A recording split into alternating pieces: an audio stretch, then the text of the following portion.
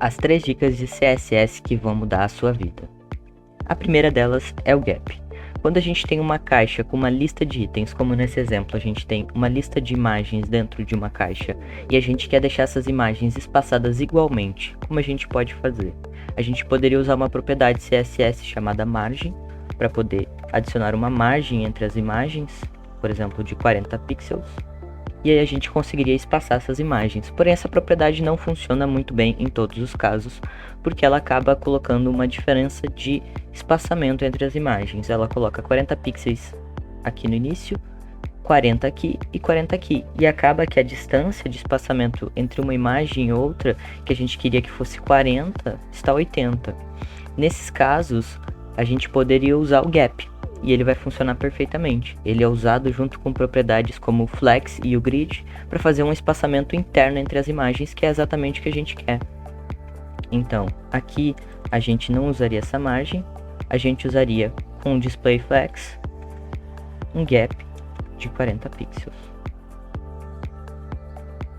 E aí a gente conseguiria ter um espaçamento idêntico entre todas as imagens. Aqui 40, entre essa e essa também 40. A segunda propriedade é a propriedade chamada Media. Um site ele pode ser visualizado numa infinidade de dispositivos com diferentes tamanhos, e nem sempre um estilo que a gente define num tamanho de tela, como por exemplo desktop, fica tão bom quando está num celular ou em monitores muito grandes.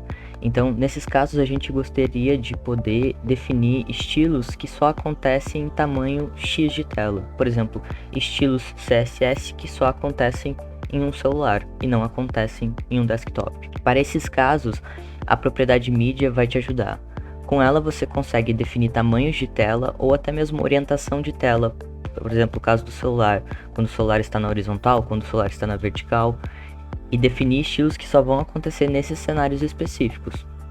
Por exemplo, nesse nosso site aqui, de exemplo, a gente tem um site que tem 2 parágrafos, meu site, e um parágrafo chamado Estou no celular.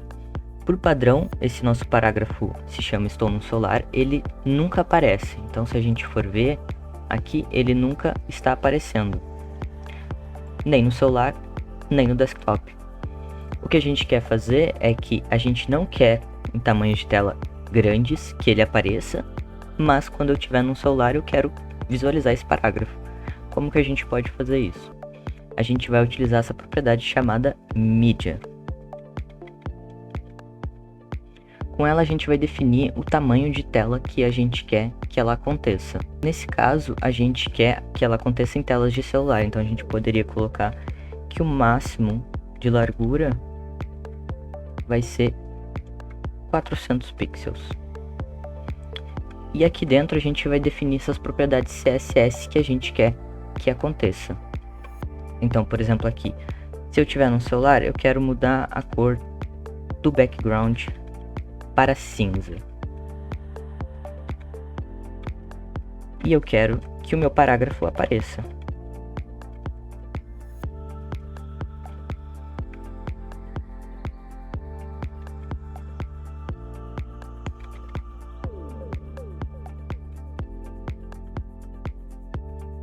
Então aqui agora, se a gente for para uma tela com menos de 400 pixels,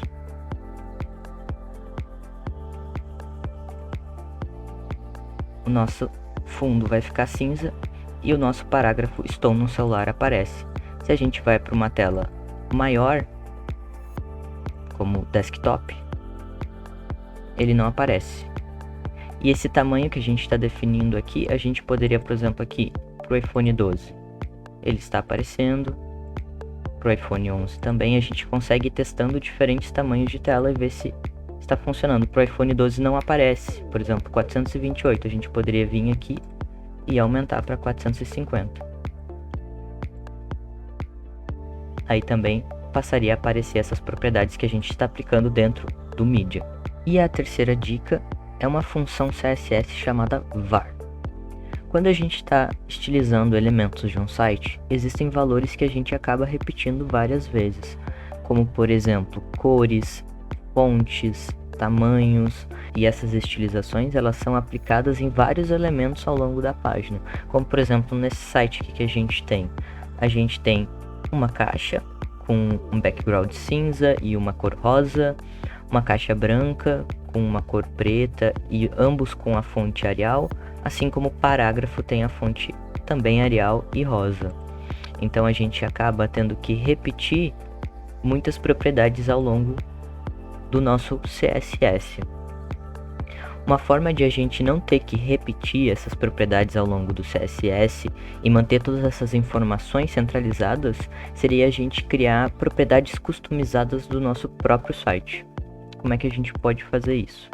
A gente pode vir aqui num seletor chamado HUD e criar propriedades customizadas, como por exemplo, fonte Arial, que vai ter o valor Arial. Uma propriedade nossa chamada cor rosa, que vai ter esse valor de rosa aqui.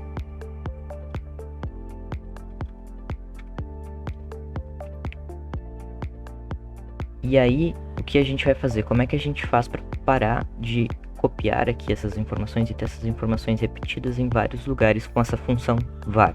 Em vez de colocar os valores dentro das propriedades, a gente vai vir aqui, por exemplo, no font family, a gente vai botar var, e aí a gente vai passar qual é esse valor. O valor é o nome dessa nossa propriedade customizada aqui, então o valor dela vai ser fonte Arial. Aqui, para cor, a gente vai ter cor rosa. A mesma coisa aqui. Fonte Arial var cor rosa. E a gente vê que nada mudou. Mas a gente continua tendo que escrever coisas repetidas. Qual é a vantagem de usar essa função var e essas propriedades customizadas? Uma das vantagens é que se a gente precisar alterar qualquer valor desses, em vez de eu ter que alterar, por exemplo, se eu quiser alterar qual é o tom de rosa que eu estou usando, se eu tivesse sem usar essas propriedades de var, eu teria que ir em cada lugar do meu site onde eu botei esse tom de rosa e alterar em cada uma dessas ocorrências. Usando essas propriedades customizadas aqui, a gente consegue vir aqui e alterar esse rosa